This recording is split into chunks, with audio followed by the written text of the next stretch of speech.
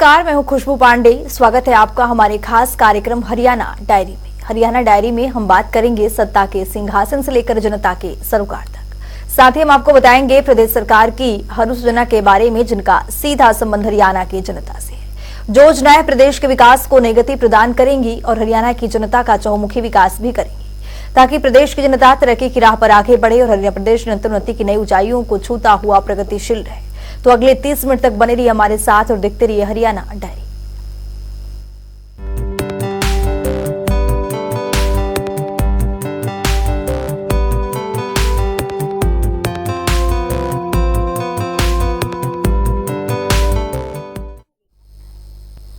हरियाणा प्रस्ताव पर चर्चा, जिसमें मुख्यमंत्री मनोहर लाल विपक्ष पर हमलावर नजर आए। मुख्यमंत्री मनोहर लाल ने कहा कि गरीब के हालात की पूर्व की सरकारों ने कभी चिंता नहीं की, केवल गरीबी हटाओ का नारा दिया। पूर्व की सरकारों में आकाश जमीन पाताल तक घोटाले हुए। देखिए इस रिपोर्ट में कि अविश्वास प्रस्ताव पर मुख्यमंत्री ने क्या कुछ कहा है। हरियाणा विधानसभा के बजट सत्र का आज तीसरा दिन था। सत्र के तीसरे दिन सत्ता पक्ष और विपक्ष के बीच जमकर सवाल जवाब हुए। विपक्ष के हर सवाल का जवाब मुख्यमंत्री मनोहर लाल ने बखूबी से दिया। सदन में मुख्यमंत्री मनोहर लाल ने बेसहारा पशुओं का जिक्र करते हुए कहा कि प्रदेश में बेसहारा पशुओं के कारण होने वाली दुर्घटनाओं में नागरिकों की मृत्यु होने या दिव्यांग होने के मामले में उनके परिजनों को वित्तीय सहायता प्रदान करने के लिए राज्य सरकार की ओर से दीनदयाल उपाध्याय अंत्योदय परिवार सुरक्षा योजना चलाई गई है। इस योजना के तहत विभिन्न आयु वर्ग के अनुसार 1 लाख रुपए से 5 लाख रुपए तक की वित्तीय सहायता प्रदान की जाती है। जो पशुओं का जो इस प्रकार के बेसहारा आवारा पशु उनके एक्सीडेंट के कारण से डेथ हो जाती है, तो उसमें कंपनसेशन का प्रावधान करना चाहिए। मैं जानकारी के लिए बता रहा हूं कि एक नोटिफिकेशन 9 नवंबर 2023 को हमने निकाल दिया था, जिसके अंदर दयालु 2 नाम से जो स्कीम थी, और उस दयालु 2 में अलग अलग आयु वर्ग के हिसाब से कंपनसेशन का जो प्रावधान किया गया है कि अगर कोई बच्चा है अप टू 12 ईयर्स, चाहे उसमें सांप काटे से हो, चाहे कुत्ते के काटने से हो, या फिर कोई आवारा पशु के टक्कर मारने से इस प्रकार की मृत्यु होती है, तो 0 से 12 वर्ष 1 लाख, 12 वर्ष से 18 वर्ष 2 लाख, 18 वर्ष से 25 साल तक का 3 लाख, और 25 से 40 साल 5 लाख, और 40 साल से ऊपर 2 लाख रुपया, ये कंपनसेशन की योजना पहले से घोषित की जा चुकी है। ये जानकारी देने। इतना ही नहीं, अविश्वास प्रस्ताव पर मुख्यमंत्री मनोहर लाल सदन में शायराना अंदाज में नजर आए। मुख्यमंत्री ने शायरी पढ़ते हुए कहा कि महफिल में चल रही थी मेरे कत्ल की तैयारी, उसके लिए अविश्वास प्रस्ताव लाया गया, लेकिन मिलकर बैठ गए मजलिस में जुगनू सारे और ऐलान हुआ सूर्य को बदला जाएगा। महफिल में चल रही थी मेरे कत्ल की तैयारी, महफिल में चल रही थी मेरे कत्ल की तैयारी, और उसके लिए ये अविश्वास प्रस्ताव लाया गया। मैंने तो पिछली बार जब ये 21 में प्रस्ताव आया था अविश्वास प्रस्ताव, और उस समय ये कहा भी था कि आप लोग हर 6 महीने बीतने के बाद जब भी कोई सत्र आए तो आप लोग अविश्वास प्रस्ताव लाया करो। मैंने धन्यवाद किया था, इसलिए किया था, उसका एक कारण था कि आखिर जब अविश्वास प्रस्ताव लाएंगे तो कम से कम हमारी कही बातों को आप सुनेंगे तो सही। अन्यथा कोई भी सत्र होता है, अपने अपनी बोलते हैं, उसमें बाहर हो जाते हैं। आज मुझे लगता है कि कोई अच्छे रणनीतिकार इनके बीच में जरूर होंगे, क्योंकि हर कोई अपने रणनीतिकार के सारी चीजें बनाता है कि भाई ऐसा करना, पहले ही मान लेना कि हमारे पास तो नंबर गेम है नहीं, इसलिए अविश्वास प्रस्ताव पास तो होना नहीं है। तो जो मैंने पहले पंक्तियां बोली थी उसको मैं दोहरा रहा हूं कि महफिल में चल रही थी मेरी कत्ल की तैयारी, चर्चा करते करते बोले बहुत लंबी उम्र है तुम्हारी। बन गए, इसलिए चर्चा तो इसलिए करनी है क्योंकि बहुत से विषय रखे गए हैं, और उन विषयों पर जब मिलकर बैठते हैं तो बड़ा मंसूबा रख के चलते हैं। आखिर कुछ ना कुछ मंसूबा लेंगे तभी तो मिलकर बैठ गए। सदन में मुख्यमंत्री मनोहर लाल ने कहा कि पिछली बार जब अविश्वास प्रस्ताव लेकर आए थे तब मुझे गंभीरता दिखे थी। उन्होंने कहा कि बोनाफाइड मिस्टेक्स हो जाती है, लेकिन मेलाफाइड मिस्टेक हुई तो उसमें सुधार किया है। जब पिछली बार भी इस प्रकार का अविश्वास प्रस्ताव लेके आए थे, चर्चा में कुछ गंभीरता उस समय मुझे दिखी थी, कुछ जोश भी था विपक्ष में, कुछ ताकि उसमें से हम कोई ऐसी बात ले आए कि 2021 था, 3 साल बाकी थे, 3.5 साल, तो 3.5 साल में तो आशा रख करके कि आज ये सरकार गिर जाए तो हम 3.5 साल का राज करेंगे। आज तो समय इतना बचा है, वो ख्वाहिश तो शायद है नहीं कि जब भी कोई, चाहे सरकार हो, चाहे कोई संगठन हो, चाहे कोई डेमोक्रेटिक प्रोसेस में चलता हुआ काम हो, ओमिशन और कमीशन होती है, इसमें कहीं कोई दो राय नहीं है। वो हर सरकार में होती है, डेमोक्रेटिक सेटअप है, इतने सारे लोगों का काम है, सरकार है, प्रशासन, शासन, नीचे कर्मचारी, कहीं ना कहीं ओमिशन कमीशन होती है। लेकिन मेरा इतना ही अंतर उसमें कहने का कि नियत का सवाल होता है, किस नियत से ओमिशन कमीशन होती है। जैसा कहते हैं ना, 2 शब्द है मिस्टेक के, एक बोनाफाइड मिस्टेक, एक मेलाफाइड मिस्टेक। मेलाफाइड मिस्टेक के ऊपर हर कोई ध्यान करता है कि आखिर इसके पीछे का कारण क्या है। बोनाफाइड मिस्टेक हो जाती है, कारण होते हैं, क्षम्य हो जाता है, उसका कोई ना कोई एक्सप्लेनेशन भी होता है, लेकिन अगर नियत में खराबी है तो उसका कोई भी उसको वर्णन करके उसको यानी माफ नहीं किया जा सकता।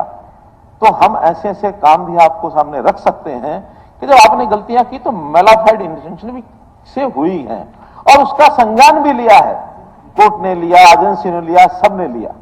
अगर गलती हमारे से कोई हुई है, बोनाफाइड अगर मिस्टेक हुई है तो हमने उसका सुधार किया है, और अगर कहीं हमारे अपने समय की भी कोई मेलाफाइड गलती हमको मिली तो उसका एक्शन भी लिया है। वहीं मुख्यमंत्री मनोहर लाल ने बताया कि राम मंदिर का जो प्रस्ताव सदन में लाया गया था वो सर्वसम्मति से पास हुआ, इसके लिए मैं सभी को धन्यवाद करता हूँ। मुख्यमंत्री मनोहर लाल ने कहा कि आज डंका बज रहा है, गरीब परिवार का व्यक्ति भी नौकरी में लग रहा है।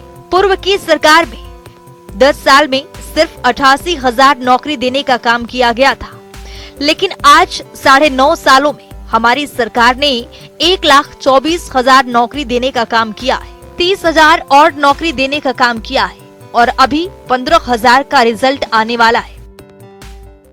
आज नौजवान, उनका विश्वास बदल गया। पढ़ाई करके तो विश्वास ही नहीं होता था कि मेरी को नौकरी लग सकती है। आज लाइब्रेरीज भर गई। ये बिना HKRN के स्टाफ सिलेक्शन कमीशन के माध्यम से 1,24,000 अब रिजल्ट आ चुके हैं जिनके, और 15,000 स्टाफ सिलेक्शन कमीशन के आएंगे, और ये उसके बाद ये संख्या और बढ़ेगी।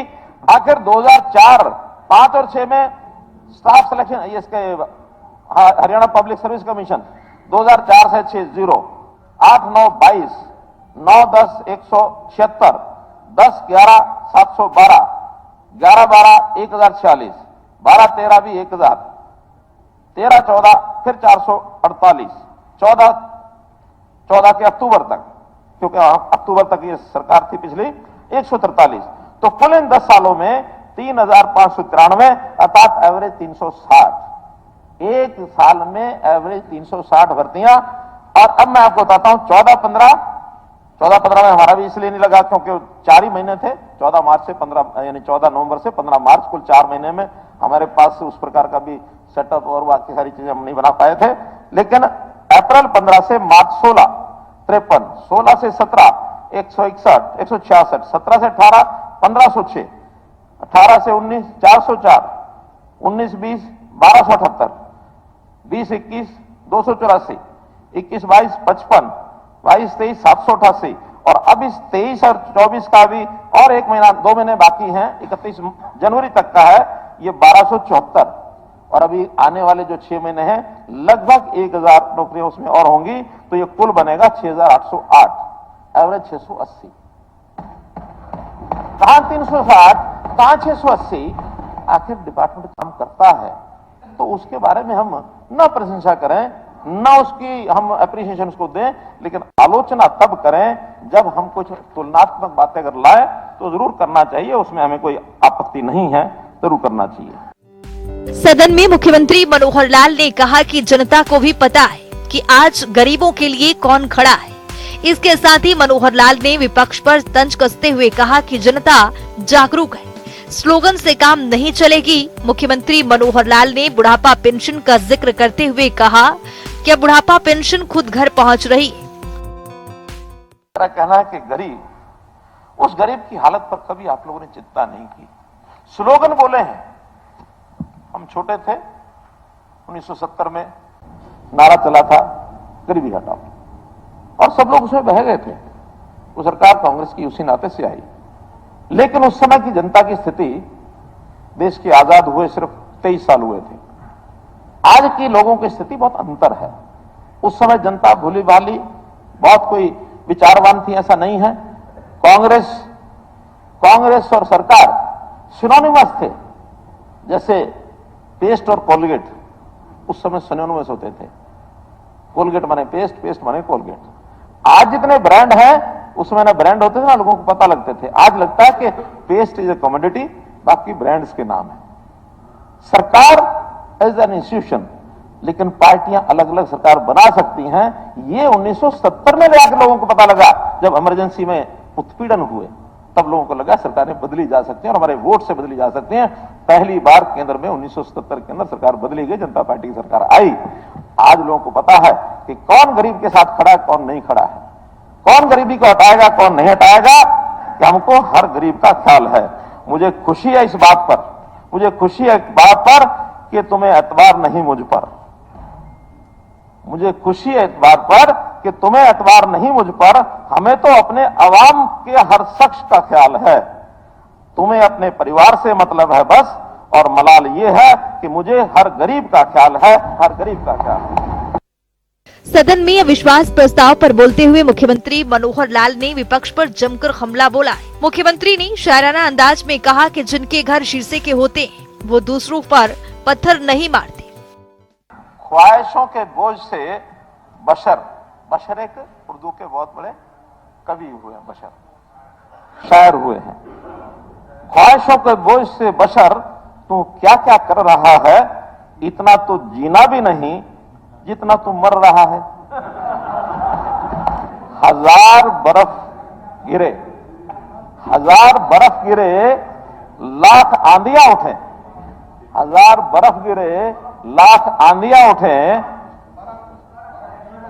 बर्फ गिरती है, बर्फ भी गिरती है, चलो बर्फ लगा लेंगे तो भी हजार बिजली गिरे, लाख आंधियां उठे, वो फूल खिलकर रहेंगे जो खिलने वाले हैं। बजट सत्र के तीसरे दिन मुख्यमंत्री मनोहर लाल ने अविश्वास प्रस्ताव पर शायराना अंदाज में विपक्ष पर हमलावर नजर आए। मुख्यमंत्री मनोहर लाल ने सदन में हरियाणा सरकार के तमाम लेखा जोखा समझाया, तो वहीं विपक्ष के करतूतों पर भी जमकर बरसे। जनता टीवी के लिए चंडीगढ़ से पवन सिवर की रिपोर्ट। तो हरियाणा विधानसभा के बजट सत्र के तीसरे दिन आज 2 विधेयक पारित किए गए। आइए ग्राफिक्स पर नजर डालते हैं। औद्योगिक विवाद संशोधन और विविध उपबंध हरियाणा संशोधन निरसन 2024 विधेयक पारित किया गया है। हरियाणा नगरपालिका संशोधन विधेयक 2024 भी पारित किया गया। आज ये 2 विधेयक जो सदन में पारित किया गया है, आपको बता दें कि औद्योगिक विवाद संशोधन विविध उपबंध 2024 विधेयक को हरियाणा नगरपालिका संशोधन विधेयक 2024। हरियाणा देश में एक विकसित राज्य के तौर पर उभरकर सामने आ रहा है, जहां हरियाणा की मनोहर सरकार प्रदेश के उत्थान के लिए कई योजनाएं चला रही है, तो वहीं दूसरी ओर समय समय पर मुख्यमंत्री मनोहर लाल पोर्टल के जरिए प्रदेश के विकास को गति देने का काम कर रहे हैं। इतना ही नहीं, मुख्यमंत्री मनोहर लाल की ओर से लागू की गई परिवार पहचान पत्र योजना आज लोगों के लिए वरदान साबित हो रही है। परिवार पहचान पत्र के जरिए गरीब जरूरतमंदों की पहचान हो रही है और जरूरतमंद सभी योजनाओं का लाभ भी उठा रहे हैं। इस पूरी रिपोर्ट के जरिए देखिए। हरियाणा को एक विकसित राज्य के रूप में स्थापित करने की दिशा में मुख्यमंत्री मनोहर लाल निरंतर कदम बढ़ा रहे हैं। पिछले 8 सालों से हरियाणा सरकार पारदर्शिता के साथ प्रदेश और प्रदेशवासियों के हित में काम कर रही है। मुख्यमंत्री मनोहर लाल गरीब और जरूरतमंदों के हित में कई योजनाएं लागू कर चुके हैं, जिसमें से एक है परिवार पहचान पत्र योजना। इस योजना के जरिए नागरिकों को सरकारी सेवाओं का लाभ मिल रहा है। इसी कड़ी में मुख्यमंत्री मनोहर लाल ने कहा कि हरियाणा देश का एक ऐसा राज्य है जहां विकास को व्यक्ति के साथ जोड़ा गया है और व्यक्ति के साथ परिवार की पहचान कर इसे और पुख्ता बनाया गया है। इसमें परिवार पहचान पत्र सबसे सशक्त माध्यम साबित हुआ है। इससे न केवल अंत्योदय परिवारों को चिन्हित कर उन्हें विकास योजनाओं से जोड़ा गया है, बल्कि उन्हें इन योजनाओं का लाभ भी समयबद्ध तरीके से उपलब्ध करवाना भी सुनिश्चित किया गया है, जिसको लेकर मुख्यमंत्री ने कहा कि प्रदेश सरकार का उद्देश्य है कि अंत्योदय का कल्याण सबसे पहले हो। इसी को ध्यान में रखकर सरकार ने सूचना प्रौद्योगिकी के माध्यम से ऐसे सॉफ्टवेयर विकसित किए हैं जिससे समग्र प्रदेश का डाटा एक जगह उपलब्ध हो पाए। परिवार पहचान पत्र कि पूरे हरियाणा की आबादी का परिवार के हिसाब से उनके हर सदस्य का एक डाटा कैसे हम रख सके, ताकि हर किसी का कल्याण करने के लिए सरकारी योजनाएं बनाई जा सके। चाहे वो छोटे बच्चे 0 से 5 साल के हैं, चाहे 5 से 18 स्कूल गोइंग चिल्ड्रन हैं, चाहे 18 से 25 हायर एजुकेशन का लेवल है, चाहे 25 से 60 उनको एम्प्लॉयमेंट के नाते से उनकी अपनी आजीविका परिवार चलाने के नाते से है, और चाहे 60 साल के बाद आयु के लोग हैं जिनको अपनी एक सोशल सिक्योरिटी चाहिए, वो भी हमने अलग से उसके ऊपर ध्यान दिया है। और ये पांचों वर्ग जैसे मैंने बताया आयु के हिसाब से बांट करके हमने अलग अलग विभागों के जिम्मे काम लगा रखे हैं कि भाई आप इस एक आयु वर्ग की पूरी देखरेख करेंगे। आज के आवश्यकता के हिसाब से आज के तरीकों से इसको 5 हिस्सों में बांट दिया है और उसी में हर विभाग का काम WCD 0 से 5 साल, 5 से 18 स्कूल एजुकेशन, 8 से 18 से 25 हायर एजुकेशन, 25 से 60 एम्प्लॉयमेंट के बाद 60 के ऊपर सोशल जस्टिस डिपार्टमेंट। तो एक प्रकार के सारे काम उनके माध्यम से किए जाएंगे। कोई भी व्यक्ति समाज का ऐसा न बचे जिसको कोई तकलीफ है और उसकी हमारी योजना नहीं बनी उसका तकलीफ को दूर करने के लिए। तो यथासंभव हर नागरिक की चिंता करना, ये हम इस परिवार पहचान पत्र का जो एक हिसाब किताब है इसके माध्यम से करेंगे। काफी शुरू हो गया है, काफी आगे बढ़ेंगे। मुख्यमंत्री मनोहर लाल ने कहा कि परिवार पहचान पत्र आज प्रदेश में ही नहीं बल्कि देश और दुनिया के लिए मिसाल बन रहा है। जहां अनेक राज्यों ने PPP को अपनाने की पहल की है, तो वहीं सरकारी योजनाओं को लागू करने के लिए प्रशासन को सुविधा भी मिली है। अब बुढ़ापा पेंशन के लिए न सरपंच, न नंबरदार और न ही BDO कार्यालय जाने की जरूरत है। व्यक्ति की आय जैसे ही 60 वर्ष हो जाती है, उसका नाम बुढ़ापा पेंशन सूची में दर्ज हो जाता है और उसे आने वाले महीने से पेंशन मिलने आरंभ हो जाती है, जो सीधी लाभार्थियों के खाते में जाती है और हर महीने 2750 रुपए मिलने आरंभ हो जाते हैं। इस योजना से जहां विभिन्न सरकारी योजनाओं की अपात्र लाभार्थियों की लीकेज खत्म हुई है, वहीं पात्र व्यक्तियों को योजनाओं का लाभ स्वतः मिलना आरंभ हो गया है। यही नहीं, जाति प्रमाण पत्र, PDS सेवाएं जैसे दर्जनों सेवाएं हैं जो अब लाभार्थियों तक ऑटोमेटिक तरीके से पहुंच रही हैं। इससे जहां कार्यप्रणाली में पारदर्शिता आई है, वहीं योजनाओं का लाभ भी सुनिश्चित हुआ है। मुख्यमंत्री ने कहा कि डाटा को फुल प्रूफ बनाने की अनेक चेक और बैरियर लगाए गए हैं ताकि कोई भी व्यक्ति इस डाटा से छेड़छाड़ न कर पाए। समय समय पर इस डाटा का सुरक्षा ऑडिट भी किया जाता है। इसके अलावा डाटा अपडेशन इसके निरंतर प्रक्रिया है। मुख्यमंत्री ने कहा कि समय समय पर प्रशासन की ओर से कमेटियों द्वारा न केवल डाटा की जांच पड़ताल की जाती है बल्कि कोई त्रुटि पाए जाने पर उसे अपडेट भी किया जाता है। उन्होंने कहा कि प्रदेश के ऐसे 68 लाख परिवार हैं जिन्होंने अपने परिवार संबंधी सभी जानकारियों को उपलब्ध करवाया है, जिसकी बदौलत सरकार परिवार पहचान पत्र का डाटा तैयार कर पाई और इससे गरीब परिवारों की पहचान भी हुई, जिन्हें सरकार ने योजनाओं का लाभ लेने के लिए पुख्ता प्रबंध भी किए हैं। इसके साथ ही मुख्यमंत्री मनोहर लाल ने कहा कि केंद्र सरकार ने आधार कार्ड के माध्यम से सरकारी योजनाओं का लाभ आम जनता तक पहुंचाने का काम किया है, लेकिन हरियाणा सरकार ने एक कदम आगे बढ़कर प्रदेश के हर परिवार और नागरिक संबंधी डाटा की रिपोर्ट तैयार की है। परिवार पहचान पत्र के जरिए मुख्य पहचान व्यक्ति नहीं बल्कि परिवार को एक नई इकाई माना गया है। इसे ध्यान में रखते हुए एक परिवार के यूनिक ID बनाने का फैसला लिया है, जिसके आज सकारात्मक परिणाम धरातल पर देखने को मिल रहे हैं। आज दलाल और बिचौलिया संस्कृति पूरी तरह से समाप्त हो गई है। साथ ही सरकार का प्रयास है कि सरकारी योजनाओं का क्रियान्वयन धरातल पर हो ताकि अंत्योदय परिवारों के चेहरे पर खुशी लाई जा सके। स्पेशल डेस्क जनता टीवी। तो चलिए अब जान लेते हैं आज के इस सवाल के विजेता कौन है।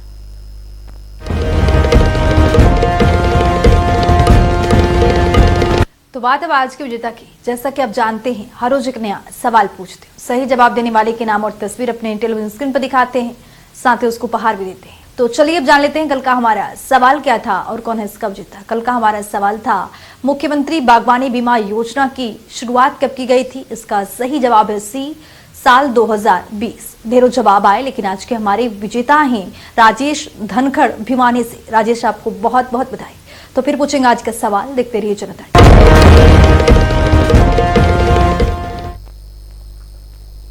तो वक्त हो गया है आज की मुलाकात का। आज की मुलाकात में हम हर दिन नए शख्सियत से आपको रूबरू कराते हैं, उनकी कार्यप्रणाली पर बारीकी से नजर डालते हैं, जानते हो तमाम योजनाएं जो बनी हरियाणा की जनता के लिए। तो ऐसे ही एक शख्सियत से जनता टीवी ने खास बातचीत की है। इनका नाम है निशांत कुमार यादव, जो कि गुरुग्राम से जिला उपायुक्त के पद पर काबिज है। सुनिए।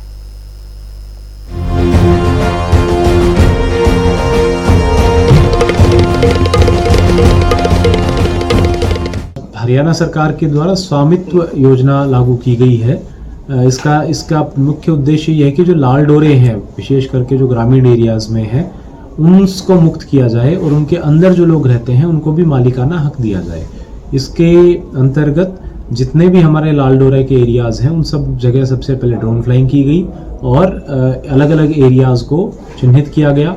फिर ग्राउंड लेवल सर्वे करके ओनरशिप जो है वो असर्टेन की गई और उसके बाद एक सर्टिफिकेट जो है, स्वामित्व प्रमाण पत्र है, वो गांव वालों को दिया गया है।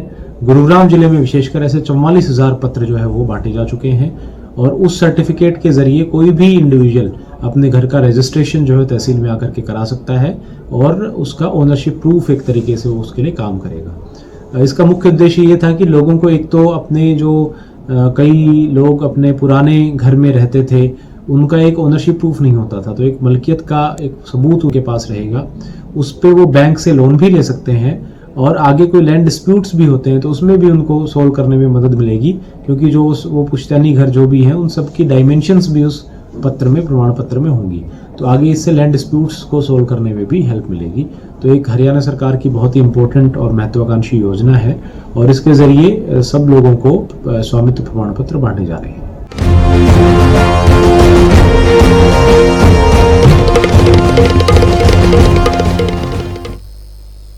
तो वक्त हो गया है आज के सवाल का। तो चलिए अब जान लेते हैं आज के सवाल में क्या कुछ है।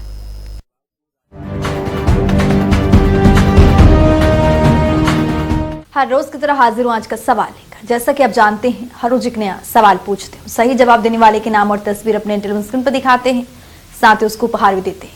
तो चलिए हम नजर डालते हैं आज के सवाल। हरियाणा में गर्वित ग्रामीण विकास तरुण योजना कब शुरू की गई थी? ए 11 जनवरी 2019, बी 13 जनवरी 2023, सी 15 जनवरी 2010, डी 12 जनवरी 2015। तो दीजिए सही जवाब और बनिए विजेता।